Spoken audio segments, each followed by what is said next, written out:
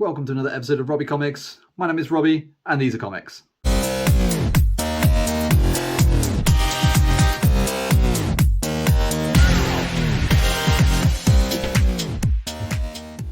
Okay, starting off a brand new read-through series for the Sensational She-Hulk.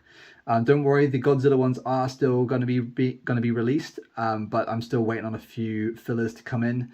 So I thought we'd just crack on with this one. I've been wanting to do this one for a while now. As you all know from watching my YouTube channel for a while, She-Hulk, one of my favorite characters in the Marvel universe. And yeah, this is just a fun series. And one of the things that I love about this series so much is it doesn't take itself too seriously, and it's all for fun and games. So yes, let's get cracking. So this is issue 1, Sensational She-Hulk, released in 1989, following the success of the Savage She-Hulk.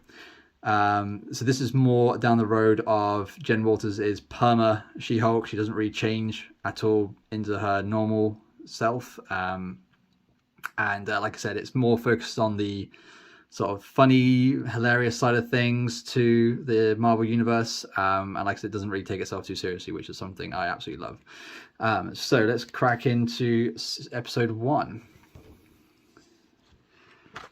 So here we go. We've got Stanley presents 22 pages of pulse-pounding pandemonium we had to call Second Chance. So in this episode, we basically see She-Hulk using a circus as her training ground. So you can see kind of like the forearm strength that she's got there, lifting up 2 elephants while sitting cross-legged. Look at that double page spread. That's absolutely banging. It's so cool. Again, the artwork is really nice. So this is late 80s, early 90s series. So you know, it's still Bronze Age, still a classic style of artwork, but you can tell that they've just put a lot more detail and finesse into the art. And we'll see a lot more sort of dynamic poses as well, which is really cool to see. So basically in this episode, while She-Hulk's working out at the circus, she gets hypnotized by some horrible villain. And while she's leaving the sort of training grounds here, she's being hypnotized. Some hilarious adverts there.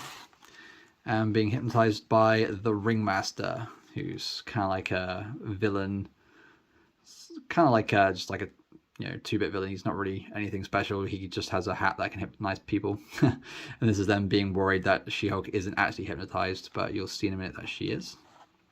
So we've got a slight turn away here to some other characters, which we'll see towards the end of the issue. And here we can see She-Hulk kind of giving her backstory as to what happened and why she is She-Hulk. Very well, She-Hulk. We were supposed to find out as much about you as we could. Suppose you tell us about yourself. And she just sits there and regales the story of how her cousin Bruce Banner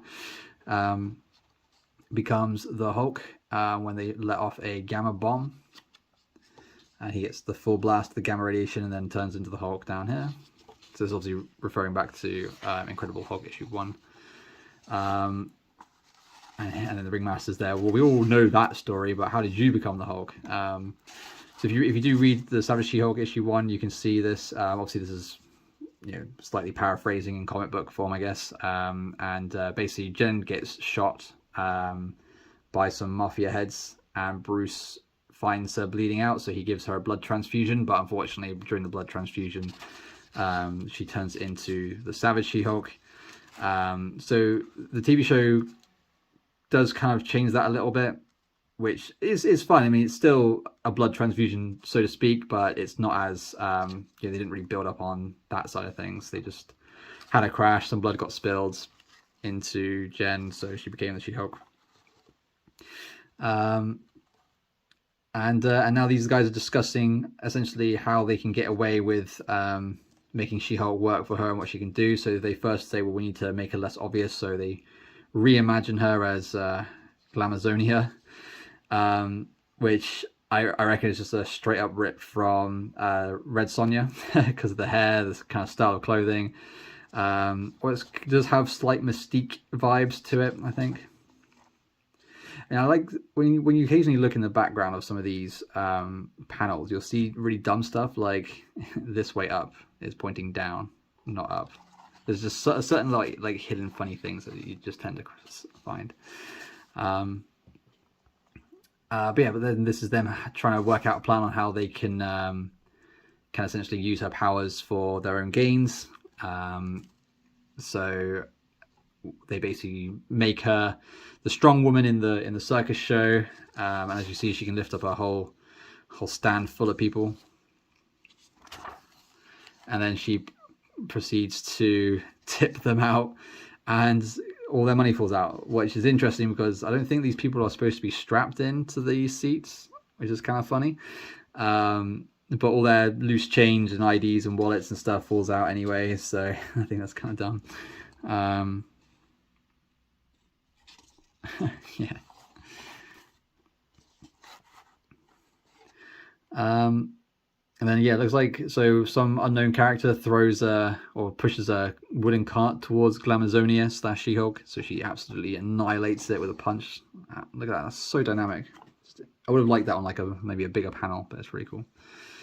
And then we've got the lab guys that we'll see in a second. You can see that he's dressed up conveniently like a blue monkey or beast. Yeah, this person kind of looks like Rogue or Jean.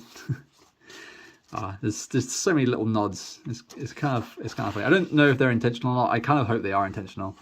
But obviously, then the ringmaster sends Glamazonia after the crazily strong blue monkey dude. Hey, wait a minute! I just remembered the circus doesn't have any gorillas. Oh yeah, and he's just like throwing barrels at her. But then Monkey Boy manages to steal Ringmaster's hypnotizing hat. And it looks like he uses the hat to unhypnotize She-Hulk, and she's like, "What's going on here?" And then they're like, "Oh crap!" So they start to run away from She-Hulk. She blocks their paths with another cart and some barrels. She rips out some bars from a lion cage and then just makes kind of like a weird fake jail for them. And just in the nick of time, the cops show up.